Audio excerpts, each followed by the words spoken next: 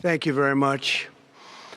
A short time ago, the U.S. military carried out massive precision strikes on the three key nuclear facilities in the Iranian regime: Fordow, Natanz, and Esfahan.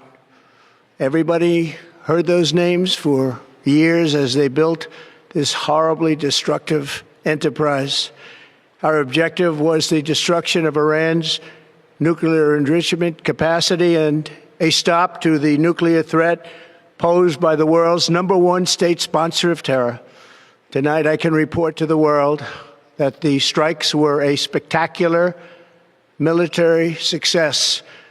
Iran's key nuclear enrichment facilities have been completely and totally obliterated. Iran, the bully of the Middle East, must now make peace. If they do not, future attacks will be far greater and a lot easier. For 40 years, Iran has been saying death to America, death to Israel. They have been killing our people, blowing off their arms, blowing off their legs with roadside bombs. That was their specialty. We lost over 1,000 people, and hundreds of thousands throughout the Middle East and around the world have died as a direct result of their hate. In particular, so many were killed by their general, Qasem Soleimani. I decided a long time ago that I would not let this happen. It will not continue. I want to thank and congratulate Prime Minister Bibi Netanyahu. We worked as a team like perhaps no team has ever worked before. And we've gone a long way to erasing this horrible threat to Israel. I want to thank the Israeli military for the wonderful job they've done. And most importantly, I want to congratulate the great American patriots who flew those magnificent machines tonight, and all of the United States military on an operation the likes of which the world has not seen in many, many decades. Hopefully, we will no longer need their services in this capacity. I hope that's so. I also want to congratulate the chairman of the Joint Chiefs of Staff, General Dan Raisin Kane, spectacular general, and all of the brilliant military minds involved in this attack. With all of that being said, this cannot continue. There will be either peace or there will be tragedy for Iran far greater than we have witnessed over the last 8 days. Remember, there are many targets left. Tonight's was the most difficult of them all, by far, and perhaps the most lethal. But if peace does not come quickly, we will go after those other targets with precision, speed, and skill. Most of them can be taken out in a matter of minutes. There's no military in the world that could have done what we did tonight, not even close. There has never been a military that could do what took place just a little while ago. Tomorrow, General Kane, Secretary of Defense, Pete Hegseth will have a press conference at 8 a.m. at the Pentagon. And I want to just thank everybody, and in particular, God. I want to just say we love you, God, and we love our great military. Protect them. God bless the Middle East. God bless Israel. And God bless America. Thank you very much. Thank you. This news shook the world. An unprecedented escalation between Israel and Iran has led to a shocking Iranian strike on Qatar. How did we get here? Who's responsible? And what does this mean for the region and beyond? Today, we'll break it all down, step by step, from the spark of tensions to the moment that changed everything. Hello, I'm from Step by Step channel, and this is our top story. Let's start at the beginning.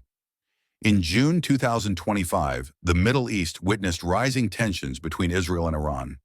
It all began when Israel launched Operation Rising Lion, a series of airstrikes targeting Iran's nuclear facilities in Natanz and Fordow, and eliminating several Iranian military commanders and nuclear scientists. Israel justified the strikes by claiming Iran was on the verge of developing a nuclear weapon, a direct threat to its national security. Iran responded swiftly and forcefully. Within hours, it launched over 100 drones and ballistic missiles at Israel, targeting military sites in Tel Aviv and Haifa. Despite Israeli air defenses intercepting most of the projectiles, the attacks caused significant material damage and limited casualties. Iran's supreme leader, Ayatollah Ali Khamenei, vowed severe punishment, calling Israel's actions a declaration of war.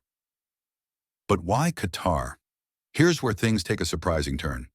Qatar, the small Gulf state, had been acting as a mediator in nuclear talks between Iran and the United States. For months, Doha hosted back-channel dialogues aimed at de-escalation. But after the Israeli strikes, those efforts collapsed. Iran, frustrated by the Gulf state's failure to restrain Israel, began to see Qatar as less than neutral.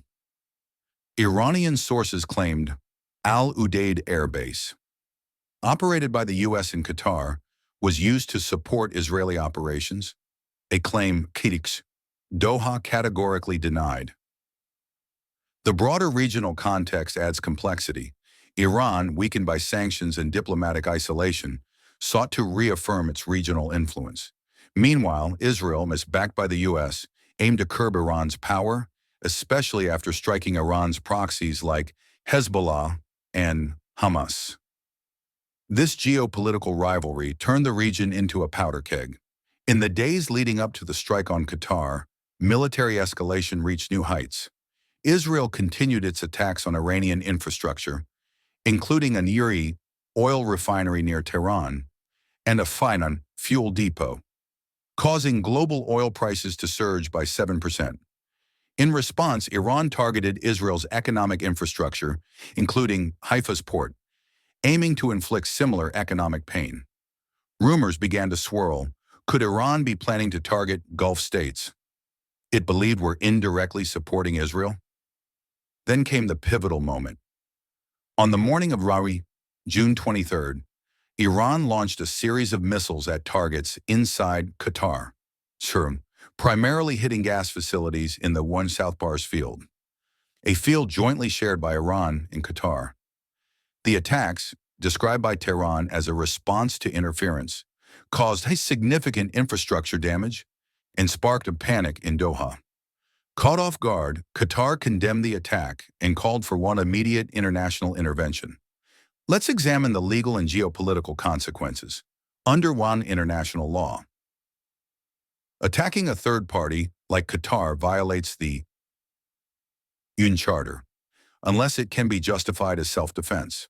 While Iran claimed Qatar facilitated Israeli attacks, in all, no credible evidence has emerged to support this accusation. The United Nations Security Council has held an emergency session. Countries like Saudi Arabia and Wakshandi Turkey condemned the strikes, while Western nations, including France and Germany, urged restraint. So what does this mean for the region? 1.